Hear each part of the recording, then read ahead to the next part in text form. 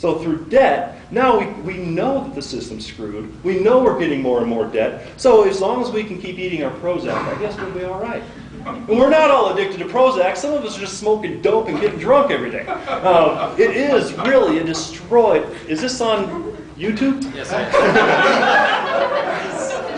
So, we have been manipulated.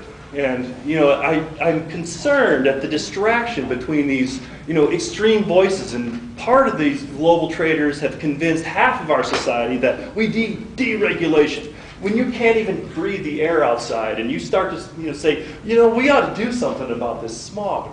I had some of my students earlier today tell me that they mentioned how horrible the air was and somebody was violently angry at them. How dare you even say that we should have some regulation, some control of our pollution? So we've convinced half the population that, it's wrong, it's sinful, it's ungodly to do anything about regulating the economy, to make sure that businesses don't get too big, that they don't go against the public interest, and they don't screw people out of their deserved and earned wages. So we've got that half, but then we've got the other half that are seeing that as a hostile and violent problem, but the paradigm that we have to critique it is one that only sees the contrary. The Joseph Stalin, not a nice guy, not a good guy.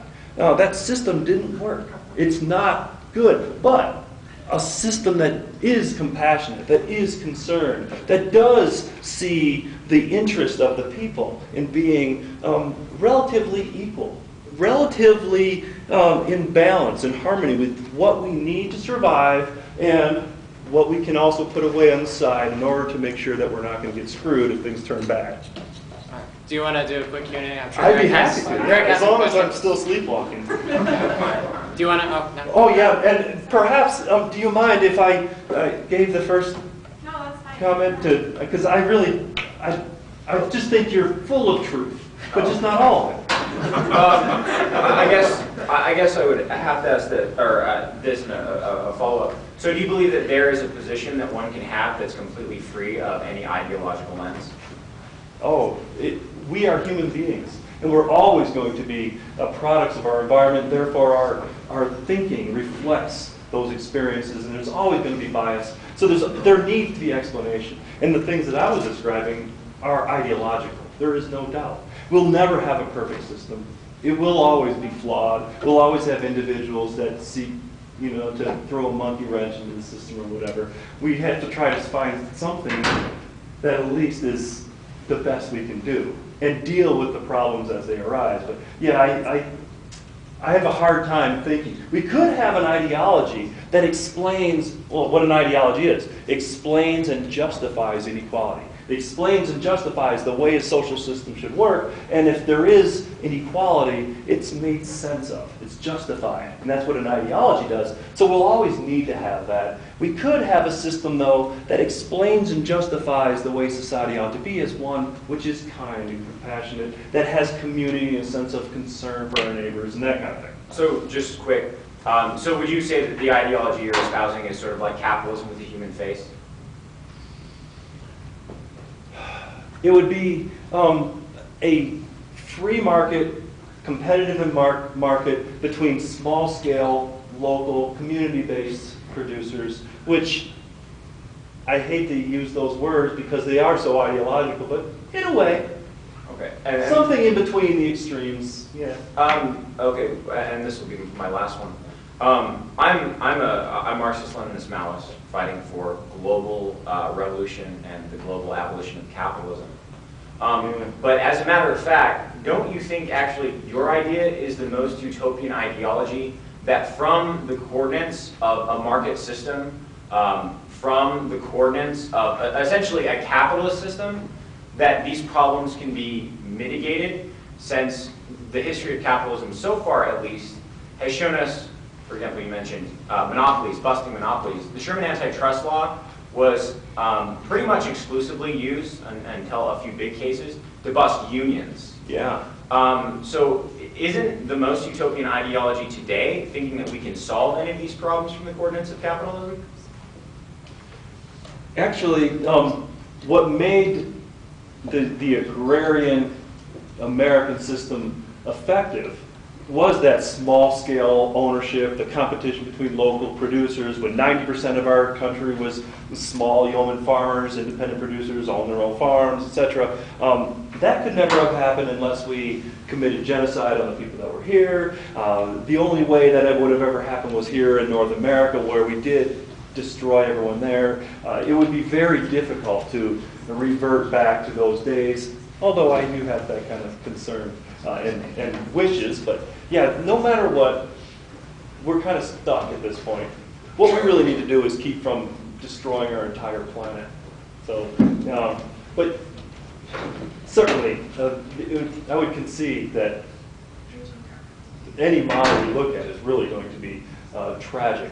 But I do fear that, going the extreme, Maoist, Leninist, Marxian ways, we're not without flaws either. No matter which way we do it, we are ending up with an unfortunate circumstance. Sure. I would love to talk with you a little later so we can get some other people, because I really love your point. Yeah, we can take Rob, and I know Catherine had a hand up. So. Does that sound really cool? I have a question basically on opportunity. Your system, your ITEL system, is you place it says there's all these small businesses, all these small entrepreneurs, basically where we all have a chance to become an entrepreneur in our area and really relate to and care about all the other individuals. But the question I have is where the opportunity to do so arises. You clearly are opposed to debt or loans or something. Oh yeah. And so these individuals who start a business, theoretically, the only way I can see is if they already have money and therefore can start a business, thus generating more money, or thus we still see the power inequality. Is there another system of opportunity that you would propose to allow people a somewhat egalitarian opportunity for business? Perhaps we could do what Bolivia's trying to do right now and chop up these large corporate-owned farms and allow small groups to come in and take them into small parcels of land. But even going and doing that would be pretty big challenge at this point, because we've already wrecked the nutrition in our topsoil, so it's going to be kind of hard to actually produce something of value for quite a long time. But going back to some kind of natural progression to try to create those kinds of things would be, at least hope for the future. I suppose the real question is how? Yeah. Perhaps we could have a large-scale revolution and take our country back. And maybe we ought to also take into consideration some of the Marxist and Leninist and Stalinist concerns, the Maoist concerns, and couple them with the concerns trying to make best use we can about individual self-interest and desire to improve. The thing about self-interest, we do want to create wealth. We want to pass something on to our next generation. And rather than pass on the muscle car in my garage or the house that I own, maybe it would be productive soil, healthy ecosystems, things that are useful to the next generation and will be sustainable over a long period of time. So we definitely have to rearrange our consideration of what is wealth and what is profit and what is desirable and valuable in our society. We've been co-opted and messed up by these capitalists that have trained us to always look for whatever the cheapest price is. Well, what about quality? What about use? I mean, things that are valuable that we can actually take in our lives that will make our lives better. And perhaps we should start thinking about value being with interpersonal relationships and community rather than the objects that we can wear, own, or use, or whatever. So I mean, there's some distortions in our thinking that would have to be resolved, there's no doubt. Everything upon which we define value needs to be reconsidered. Did you have your questions? Well, that's the easier one first, but what book would you recommend reading as far as recalling like return to local economies or local movements? And you mentioned Unforgiven, is that what you were referring to? Well, certainly Charles Walters captures this raw materials economics. The National Organization for Raw Materials, or NORM, the acronym N-O-R-M, NORM Economics has a website. You can look that up.